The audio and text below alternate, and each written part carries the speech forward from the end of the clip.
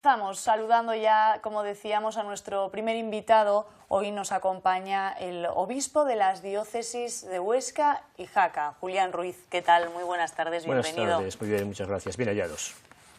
Comentábamos que viene recién llegado de una visita al Vaticano, entre otros asuntos, enseguida le preguntaremos. Se habló del famoso conflicto de los bienes, que parece que siempre es el tema que los periodistas, ¿verdad, señor obispo?, estamos interesados en preguntar, pero bueno, se trataron muchos otros temas, sin lugar a dudas. ¿Y qué clima, con qué sensaciones viene de este viaje y de ver al nuevo pontífice? Un clima muy agradable, una conversación cordial, en mi caso pues tuve oportunidad de repetir en 3 ocasiones con el Santo Padre, y venimos con una sensación de esperanza, no de optimismo, pero en relación con este tan traído y llevado tema de los bienes, con una sensación de esperanza porque hemos sido escuchados en las más altas instancias, tal como habíamos solicitado. Bueno, ¿a qué se comprometieron desde el Vaticano o qué respuesta obtuvieron cuando ustedes les plantearon pues esta larga reivindicación, ¿no?, del pueblo aragonés? Bien, comenzamos diciendo que la visita ad limina apostolorum, la visita a los umbrales de los apóstoles, tiene como objetivo fundamentalmente un encuentro con el Santo Padre y también con las congregaciones y pontificios consejos. Es una semana de trabajo, es una semana en la que por la mañana había 2 o 3 largas sesiones, después encuentros con el Santo Padre por provincias eclesiásticas y luego finalmente ya un encuentro de los obispos del primer grupo, que éramos 44, con los obispos del segundo grupo, 37.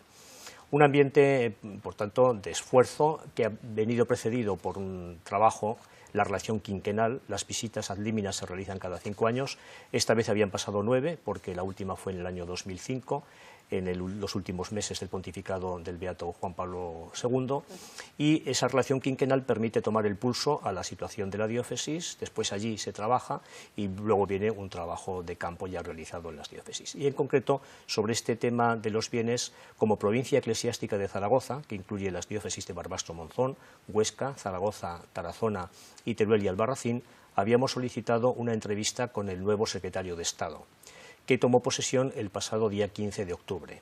Como teníamos prevista la visita a Roma, enseguida solicitamos formalmente la entrevista y ha habido 2 momentos. Un primer encuentro con el arzobispo Dominique Mamberti, que es el que lleva las relaciones con los estados, nos escuchó con mucha cordialidad, también conoce el caso, pero insistimos en que nosotros habíamos solicitado la entrevista con el cardenal Pietro Parolin, el secretario de Estado. A los 2 días fuimos recibidos por el cardenal. En medio, el arzobispo Monseñor Dominique Mamberti habló con el Santo Padre, de tal manera que nuestro encuentro del jueves día 27 de febrero de las provincias eclesiásticas de Valladolid y de Zaragoza, ya el Santo Padre estaba sobre el asunto e hizo una ligera mención. El cardenal Pietro Parolin conoce la situación porque antes de haber trabajado en la Nunciatura de Venezuela llevó directamente estas cuestiones, estudió la documentación, está muy puesto al día y nos acogió, nos recibió con una extrema cordialidad, como le caracteriza, y lo que nos dijo era justamente que este era un momento propicio para avanzar en la resolución definitiva del tema. ¿Y qué pasos se podrían dar para avanzar en esa resolución? Suponemos nosotros que desde la Secretaría de Estado se ha hablado ya también directamente con Monseñor Piris, que es el obispo de Lérida. Saben ustedes que los bienes están en un consorcio museístico, en el cual el obispo de Lérida en estos momentos está en minoría, pero la urgencia de la Secretaría de Estado, lógicamente, es que se cumplan los dictámenes y las sentencias de la Asignatura Apostólica, que han reconocido reiteradamente que la propiedad de esos bienes corresponde a las parroquias aragonesas. Entonces pensamos que a través de la conversación directamente con Monseñor Piris se puede llegar a una solución que satisfaga el derecho de justicia de nuestro pueblo y que venza sobre todo esa sensación de escándalo, porque no se comprende ni entre la gente sencilla, ni entre los sacerdotes, ni entre nosotros tampoco, los obispos, no se comprende que la situación se dilate en el tiempo, porque terminamos por apreciar que una justicia que es lenta no es justicia. Hay sentencias, como usted dice, que dan la razón a las diócesis altoaragonesas. Ya se ha hablado en otras ocasiones desde el Vaticano también con el obispo de Lérida. Sí. ¿Qué le hace pensar que ahora puede ser diferente o por qué habla de de esa nueva esperanza o de esa confianza? Sí, vivimos no con una situación de optimismo, pero sí con una situación de esperanza, porque pensamos que ya ha llegado la cuestión a las más altas instancias, en su momento también se hizo, pero hay un cambio de perspectiva. Vivimos con un nuevo pontificado, vivimos también en un nuevo momento dentro de la Iglesia y pensamos que el cardenal Pietro Parolin puede tomar un papel como agente principal en la resolución de este conflicto. Habla de un nuevo momento, de un nuevo pontífice más allá del conflicto de los bienes. ¿Qué momento vive ahora la Iglesia pues, con estos cambios, con esta renovación, ¿no?, que parece que quiere comenzar? Pues el día 13 de marzo se cumple justamente un año del nombramiento del Papa Francisco, que supuso para todos una gran novedad. No estaba dentro del grupo de los que tenían pues, más posibilidades, más avales para ser nombrado sumo pontífice. Fue una sorpresa, pero ha sido una sorpresa crecientemente agradable, sobre todo por los gestos que realiza, por su manera de ser, por su deseo de servicio, por su acercamiento al Evangelio, y en todos, fundamentalmente, nos está dando dos claves, con lo que dice y con lo que hace, con cómo vive y con cómo se expresa. En primer lugar, a partir de su primera encíclica, Lumen Fidei, que es una encíclica escrita a dos manos, porque fue Benedicto XVI quien redactó la primera síntesis y la acogió el Papa Francisco, de tal manera que es un documento del Papa Francisco. Allí insiste en la necesidad de recuperar el carácter luminoso de la fe.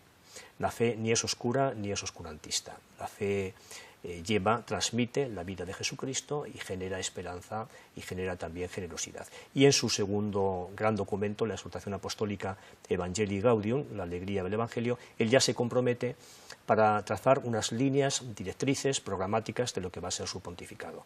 Insiste en la necesidad de recuperar la alegría del Evangelio, que los cristianos no hemos de ser personas tristes, sino que el Evangelio es fundamentalmente buena noticia, es anuncio gozoso, y usa imágenes muy bonitas, como por ejemplo pues que no debemos dejarnos llevar por la psicología de la tumba, dice él, de tal manera que no aparezcamos como momias de museo, sino que vivamos el gozo, el entusiasmo de transmitir y comunicar la fe, que es la respuesta a los interrogantes más decisivos, a los problemas más acuciantes de los hombres y mujeres de nuestra época. Se habla del Papa siempre como una persona más abierta, quizá es ahora entonces el momento de hacer esos cambios en la Iglesia un poco que reclama la sociedad, de adaptarse a los nuevos tiempos. Bien, como persona diríamos que su talante, su manera de ser es distinta de la manera de ser del Papa Benedicto XVI. Benedicto XVI es un santo, es un sabio, es un hombre en trato personal exquisito. Yo también he tenido oportunidad de entrevistarme con él. Es una persona cordialísima, pero es fundamentalmente un intelectual. Sus ideas son bien claras, pero posiblemente pues ahora el mensaje llega mejor, porque el Papa fundamentalmente usa imágenes y también se expresa a través de la corporeidad. El Papa, en un momento concreto, dice que la Iglesia debe ser como una especie de hospital de campaña, que es necesario cicatrizar heridas, que es necesario cauterizar tanto sufrimiento, que es necesario estar allí. Nos insiste en la cercanía, los obispos, que estemos cerca de los sacerdotes, que estemos cerca de la gente sencilla, que toquemos la carne de Cristo en el sufriente.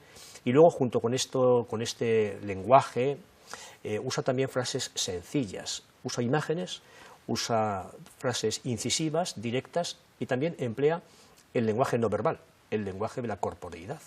Hasta ahora, por ejemplo, en las audiencias generales de los miércoles, pues todos los momentos previos eran más reducidos y fundamentalmente el centro era la catequesis, el elemento explicativo, doctrinal.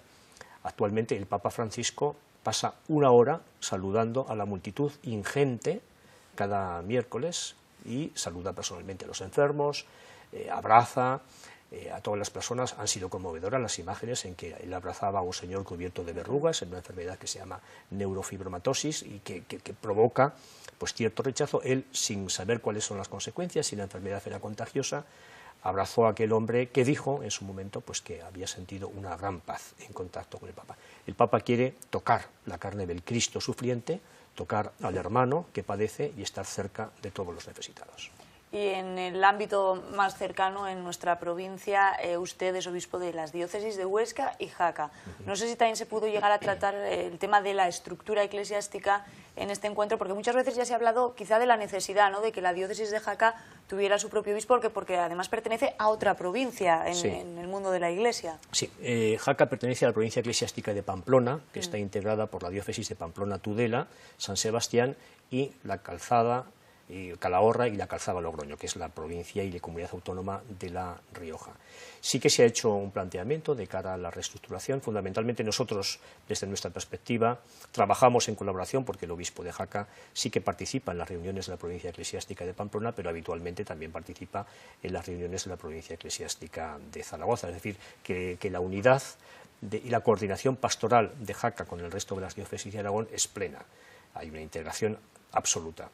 Pero en su momento sí que hemos dicho que lo más oportuno sería que la diócesis de Jaca y la diócesis de Huesca tuviesen sus pastores, sobre todo por lo que significa de cercanía, de inmediatez, de seguir paso a paso y el pulso de cada día. No es que haya problemas grandes, porque son diócesis pequeñas, pero el ideal es que cada una de las diócesis tenga su propio pastor. ¿Y qué momento viven las diócesis o qué asuntos pendientes, por decirlo así, tiene el obispado? Bien, pues tanto Huesca como Jaca tienen unos proyectos diocesanos de pastoral que han sido planteados para 3 años, desde 2012 hasta 2015, en una estructura semejante, aunque con peculiaridades. En primer lugar, todo lo relativo al creer; en segundo lugar, lo específico del celebrar; y en tercer lugar, lo que se refiere al anunciar y vivir. En las diócesis vivimos problemas acuciantes como el envejecimiento de nuestros agentes de pastoral, el envejecimiento de nuestros sacerdotes, no hay relevo, tenemos pocas vocaciones, las poblaciones también pues, van decreciendo en número, la participación de las personas en nuestras celebraciones litúrgicas es una participación cada vez menor, y sin embargo hemos de estar ahí, porque como Iglesia sentimos la necesidad de acercarnos a los más pobres, a los más olvidados, y aquellas pequeñas poblaciones que pueden parecer insignificantes, si se mantiene una luz de fe, siempre tendrán un sacerdote que cada semana o cada 15 días o cada mes, según corresponda, pueda participar del gozo de vivir y de comunicar la fe. Vivimos pues esta inquietud por los agentes de pastoral, vivimos ahora también nuevas propuestas y nuevos estímulos, vivimos sacudidos por la crisis económica, pero tenemos que reconocer que en nuestras instituciones, en Cáritas, las conferencias de San Vicente de Paúl, en concreto aquí en Huesca los hermanos de Cruz Blanca, u otras instituciones, las hermanitas de los ancianos desamparados, o en la proyección de cooperación internacional como Manos Unidas, junto con las necesidades que son acuciantes, ha crecido de un modo exponencial la generosidad. Estamos muy satisfechos de ver cómo las personas que viven el drama también comparten lo que tienen, lo que son, crece el voluntariado, se ha rejuvenecido el voluntariado y la respuesta está siendo muy generosa en todos los niveles. De esto hemos hablado en muchas ocasiones, cada vez que se nos convoca algún evento de Cáritas, de Manos Unidas, siempre se habla eso, de la necesidad creciente cada vez más, pero también en contraposición, ¿no?, de la creciente generosidad y solidaridad de los ciudadanos, de los oscenses, sí, que es la parte positiva, ¿no?, que nos deja la crisis. Nosotros estamos muy agradecidos fundamentalmente a todos los medios de comunicación social que responden inmediatamente cuando hay una iniciativa, porque como cristianos no podemos quedarnos con los brazos parados, sino que hemos de responder en la medida de nuestras posibilidades, que son también limitadas, pero que son necesarias. Y esta respuesta lleva a atender con creatividad, lo que llamaba el beato Juan Pablo II la creatividad del amor. Pues, por ejemplo, el economato social, que ha sido inaugurado por los hermanos de Cruz Blanca, que lleva a procesos de acompañamiento con hábitos nutricionales, o una iniciativa pues, más discreta y más sencilla, que es la generada por Cáritas, la despensa solidaria San Francisco Javier, que depende también de la generosidad de la Compañía de Jesús, de los jesuitas, en fin, dar respuesta al aquí y ahora de tantas personas que están sufriendo y que llaman a la puerta de la Iglesia. Y entonces sentimos la urgencia, la necesidad de responder, de estar junto a ellos y de colaborar con lo que somos, con lo que tenemos y con nuestras limitadas posibilidades.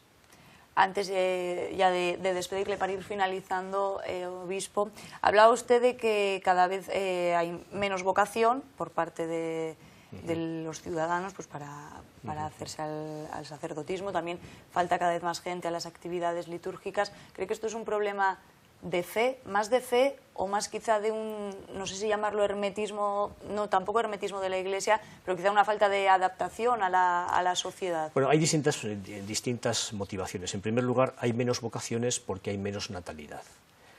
Hace unos años en las familias pues había muchos hijos.